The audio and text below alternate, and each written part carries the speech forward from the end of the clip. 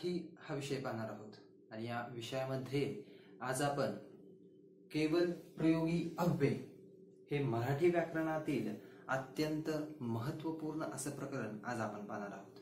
केवल प्रयोगी अव्यय हे प्रकरण. मग केवल प्रयोगी अव्यय हा जो प्रकार आहे हा नेमका कशातून येतो, हा कशाचा भाग आहे, हे सर्व काही तुम्हाला माहित पाहिजे. म्हणजेच की केवल प्रयोगी अव्यय नेमकं कुठून येतं, ते कोणाचा भाग आहे, ते परीक्षेला कितपत महत्त्वपूर्ण आहे, किती प्रश्न येतात त्याच्यावरती, बरोबर की नाही, आणि केवल प्रयोगी अव्यय म्हणजे नेमकं काय, ते कसं ओळखायचं, हे सुद्धा आज आपण सगळ्या प्रकरणामध्ये पाहणार आहोत.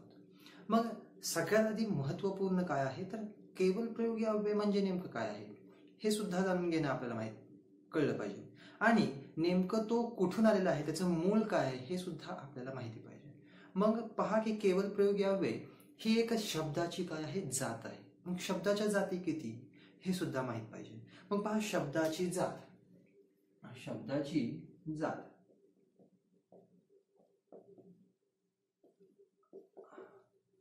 शब्दाची जात.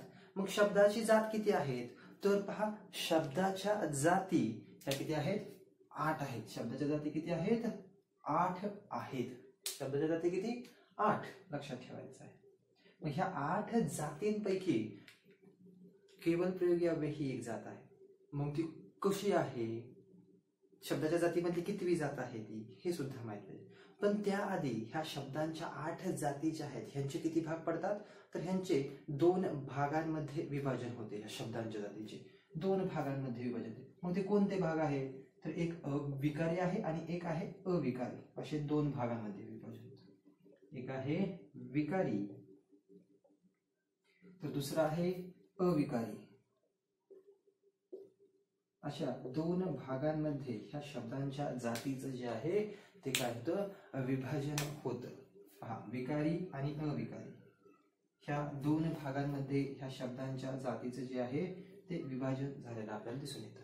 मग विकारीमध्ये ह्या शब्दांच्या ज्या 8 जाती आहेत त्या 8 जाती ह्या 2 भागांमध्ये विभागतात, शब्दांच्या 8 जाती.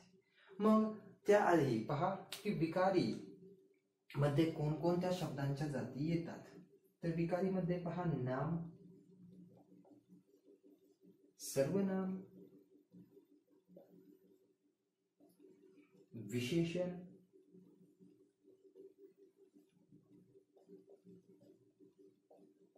नाम, सर्वनाम, विशेषण आणि क्रियापद. विशेषण आणि क्रियापद हे 4 जाती विकारी मध्ये येतात. ह्या 4 जाती कशामध्ये येतात, विकारी मध्ये येतात. आणि अविकारी मध्ये पुढील 4 जाती येतात. पहा अविकारी मध्ये कोणकोणत्या जाती येतात तर क्रिया विशेषण अव्यय, क्रिया विशेषण अव्यय. दुसरा आहे शब्दयोगी अव्यय.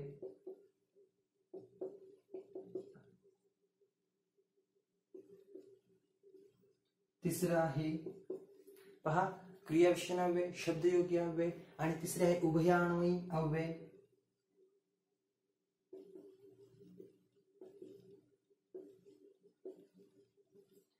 ह्या झाल्या 3 आणि चौथी आहे ती आहे केवल प्रयोगी अव्यय. चौथी काय आहे, केवल प्रयोगी अव्यय.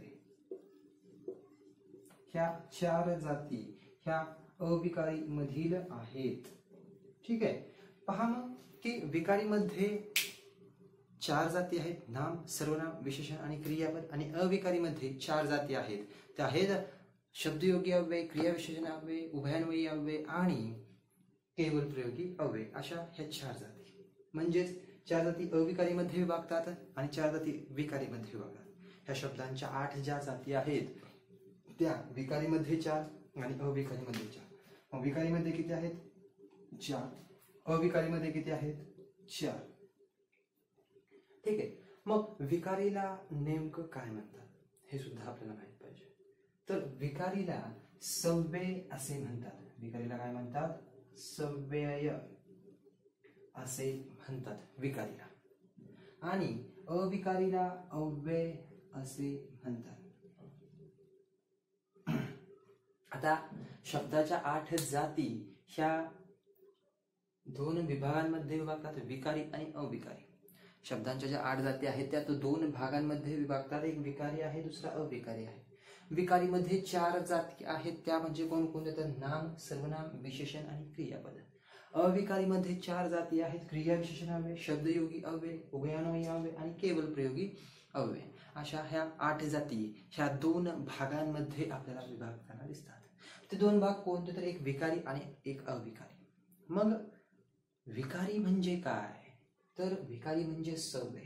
त्याला प्रश्न विचारला जाऊ शकतो, विकारीला काय म्हणतात? तर विकारीला सव्य असे म्हणतात. आणि विकारीमध्ये किती शब्दांच्या जाती आहेत? तर 4. अविकारी म्हणजे काय? तर अविकारी म्हणजे अव्यय. आणि त्याच्यामध्ये किती जाती आहेत? तर शब्दांच्या 4 जाती मोडतात. अजूनही काही महत्वाचं आहे विकारी आणि अविकारी मध्ये. तर विकारी हे ज्या शब्दांच्या जाती आहेत त्या लिंग, वचन व विभक्ती, लिंग, वचन व विभक्तीमुळे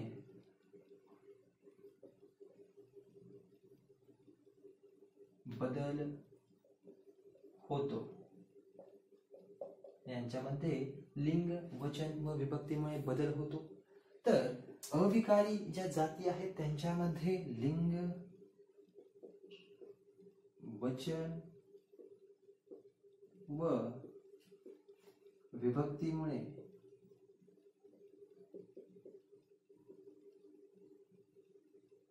बदल होत नाही. बदल होत नाही. हे अत्यंत जे महत्वाचे जे मुद्दे आहेत ते मी बोर्डवरती लिहिलेले आहेत की विकारी आणि अविकारी बद्दल. ह्याच्यावरती प्रश्न वारंवार परीक्षेला विचारला जातो. विकारी म्हणजे सव्य आणि त्याच्यामध्ये लिंग, वचन, विभक्तीमुळे बदल होतो. तर अविकारी म्हणजे अव्यय आणि त्याच्यामध्ये लिंग, वचन व विभक्तीमुळे बदल होत नाही. विकारीमध्ये 4 भाग पडतात, नाम, सर्वनाम, विशेषण, क्रियापद. अविकारीमध्ये 4 भाग पडतात, क्रिया विशेषण अव्यय, शब्दयोगी अव्यय, उभयान्वयी अव्यय आणि केवल प्रयोगी अव्यय. मग आपण आज अविकारी मधला केवल प्रयोगी अव्यय हा जो विकारी शब्दाची जात आहे 8वी जात, अविकारी मध्ये 4थी जात, ती अविकारी शब्दाची जी जात आहे, शब्दाची जात अविकारी, ती केवल प्रयोगी अव्यय हे आज आपण पाहणार आहोत. मग अविकारी आहे, केवल प्रयोगी अव्यय कसला आहे तर अविकारी आहे, हे विसरायचं नाही. तर आता आपण पाहिलं की केवल प्रयोगी अव्यय ही शब्दाच्या जातीतील अविकारी शब्दाची जात आहे, अविकारी शब्द आहे. मग आता हा केवल प्रयोगी अव्यय म्हणजे तरी काय असतं हे पाहूया आपण. पहा, केवल प्रयोगी अव्यय म्हणजे काय? आपल्या मनातील भावना दाटून आल्यावर, आपल्या मनातील भावना दाटून आल्यावर तोंडावाटे अचानकपणे जे उद्गार बाहेर पडतात त्यांना उद्गारवाची शब्द किंवा केवल प्रयोगी अव्यय असे म्हणतात. पहा, ज्यावेळेस आपल्या मनातील भावना दाटून येतात आणि त्या दाटून आलेल्या भावनातून आपल्या तोंडावाटे जो शब्द बाहेर पडतो त्याला काय म्हणायचं? उद्गारवाची शब्द किंवा त्याला काय म्हणतात? केवल प्रयोगी अव्यय असं म्हणतात. म्हणजेच पहा की काय मनात आलेल्या भावना दाटून येणं म्हणजे काय? समजा तुम्ही ऍक्सिडेंट होताना पाहिलेला असेल, अपघात होताना, तर तुम्ही पाहता की समोरासमोर 2 वाहनं एकमेकाला धडकत आहेत, त्यावेळेस तुम्ही मोठ्याने ओरडता. म्हणजे तुम्ही त्याच ठिकाणी जी घटना पाहिली आणि ती घटना पाहिल्या तुमच्या मनामध्ये जी काही प्रतिक्रिया आली, जे काही आले ते तुमच्या तोंडातून, त्या जी भावना आली ती तोंडातून तुमच्या शब्दावाटे बाहेर पडली. मग ते जे शब्द बाहेर पडतात त्या शब्दांना, जो शब्द बाहेर पडतो त्याला काय म्हणायचं? केवल प्रयोगी अव्यय किंवा त्याला उद्गारवाचे शब्द असे म्हणतात. किंवा समोरून साप चालला असेल, तुम्ही असं ओरडता, मग त्याला काय म्हणतात? केवल प्रयोगी अव्यय त्या शब्दांना. बरोबर? म्हणजेच एखादी घटना घडलेली आहे किंवा घडताना तुम्ही ज्यावेळेस ती पाहता आणि त्यावेळेस तुमच्या तोंडामध्ये जे उद्गार येतात किंवा जे शब्द बाहेर पडतात तुमच्या तोंडावाटे, त्या शब्दांना काय म्हणायचं? केवल प्रयोगी अव्यय असं म्हणतात. समजलं? मग आता या ठिकाणी केवल प्रयोगी अव्यय हे नेमकं काय आहे ते तुम्हाला समजलं असेल. अजून एकदा व्याख्या व्यवस्थित वाचतो, नीट ऐका.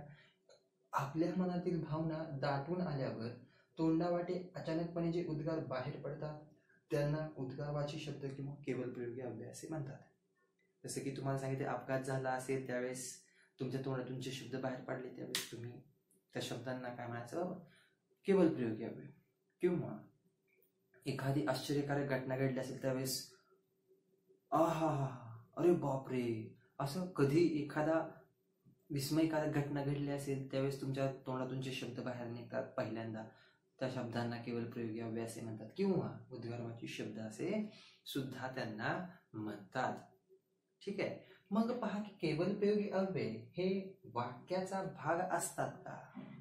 केवलप्रयोगी अव्यय हे वाक्याचा भाग असतात का? तर केवलप्रयोगी अव्यय हे वाक्याचा भाग नसतात. केवलप्रयोगी अव्यय हे वाक्याचा भाग नसतात, हे कायम लक्षात ठेवायचं आहे. कारण की ह्यांचा वापर जरी नाही केला तरी चालतो, ह्यांचा वापर वाक्यामध्ये नाही केला तरी चालतो, परंतु ह्यांचा वापर झाल्यामुळे काय होतं तर वाक्याला एक शोभा येते. यांचा वापर झाल्यामुळे वाक्याला एक शोभा येते, वाक्य थोडंसं शोभामान दिसतं. जसं की आपण अंगावरती कपडे तर घालतोच, परंतु त्यासोबत आपण अजूनही काही व्यवस्थित कोट वगैरे घातले, बरोबर हे की नाही, कोट वगैरे. जसं की स्त्रीने एखाद्या अलंकार जास्त घातले तर स्त्री अजूनही चांगली दिसते. त्याचप्रमाणे वाक्यामध्ये केवलप्रयोगी अव्ययांचा ज्यावेळेस प्रयोग होतो त्यावेळेस वाक्याला एक शोभा प्राप्त होते, है की नाही. जसं की समोरून साप चाललेला आहे आणि तुम्ही जर फक्त असं म्हटला साप गेला समोरून, तर आसपासची माणसं प्रतिक्रिया करतील का? त्यांना काय वाटेल, नॉमिनल आहे, साप गेला म्हणजे सहजगत्य आहे, काही घाबरायचं कारण नाही, फक्त साप गेला, मग त्यांना लवकर समजणार नाही. परंतु तुम्ही त्या ठिकाणी केवलप्रयोगी अव्ययांचा उपयोग केला, अरे बापरे साप गेला, अरे बापरे, म्हणजे त्या साप पाहिल्यानंतर तुमच्या मनात जो पहिला उद्गार येतो अरे बापरे, मग तो जो उद्गार आहे तो केवलप्रयोगी अव्यय. आणि ज्यावेळेस तुम्ही तो उद्गारणार आहे त्यावेळेस वाक्याला एक वेगळीच शोभा येते, बरोबर की नाही. म्हणजेच हे जे केवलप्रयोगी अव्यय आहेत हे काय करतात, वाक्याला शोभा प्राप्त करून देतात. परंतु ह्यांना वाक्यामध्ये वाक्याचा हे काय नसतात तर भाग नसतात. अव्यय हे वाक्याचा भाग नसतात, म्हणजेच हे वाक्यामध्ये वापरले नाहीत तरी सुद्धा चालतात. मी तुम्हाला आता सांगितलं अरे बापरे समोरून साप गेला, आणि फक्त एवढंच म्हणलं की समोरून साप गेला, काही फरक पडत नाही अरे बापरे हा शब्द नाही वापरला तर. अरे बापरे हा शब्द वापरला नाही तर काहीच फरक पडत नाही. म्हणजे ते शब्द जे आहेत केवलप्रयोगी अव्यय ते वाक्याचा भाग नाही, ते नाहीत वापरले तरी चालतात, परंतु त्यांचा उपयोग हा वाक्यामध्ये कशासाठी होतो तर वाक्याची शोभा वाढविण्यासाठी ह्या केवलप्रयोगी अव्ययांचा उपयोग होताना आपल्याला दिसून येतो. परंतु सर्वात महत्त्वाचं काय आहे तर या ठिकाणी केवलप्रयोगी अव्यय हे वाक्याचा भाग नसतात, हे सगळ्यात महत्त्वाचं. ठीक आहे, इथपर्यंत समजलं असेल तुम्हाला. त्यानंतर पहा दुसरं महत्त्वाचं आहे, स्टार करून लिहिलेलं आहे की केवलप्रयोगी अव्यय हे भावना प्रधान असतात. कशा असतात, भावना प्रधान.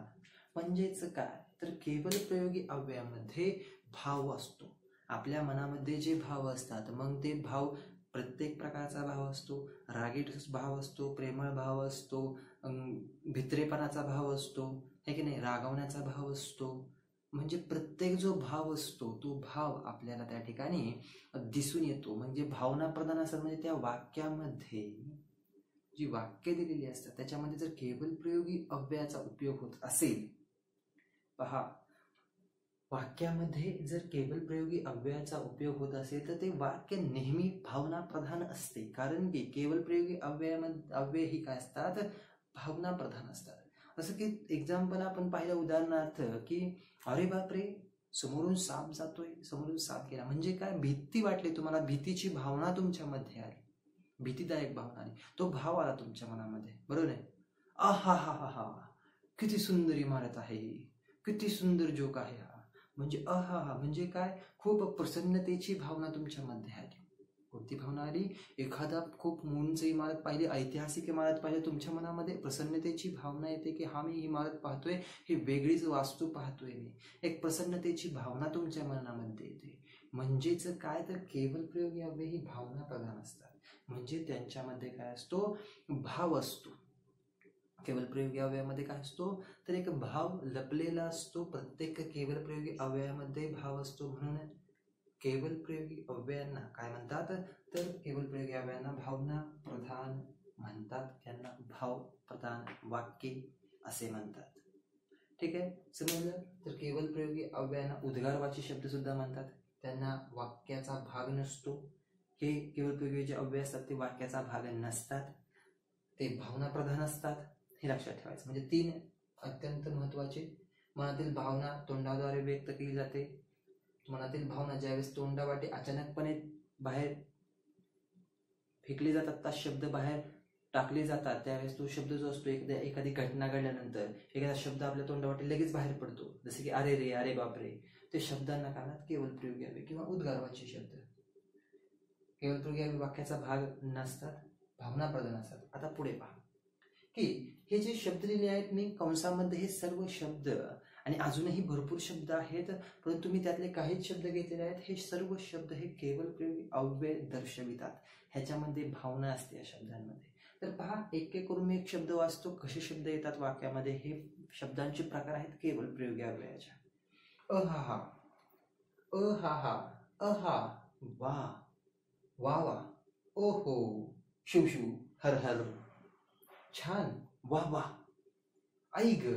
लागतं, ज्यावेळेस आपल्याला लागतं की नाही त्यावेळेस आपण काय म्हणतो, आई ग असं आपण म्हणतो. म्हणजे तो भाव असतो, आपल्याला दुःखी भाव असतो, आपल्या मनात लागलेला असते.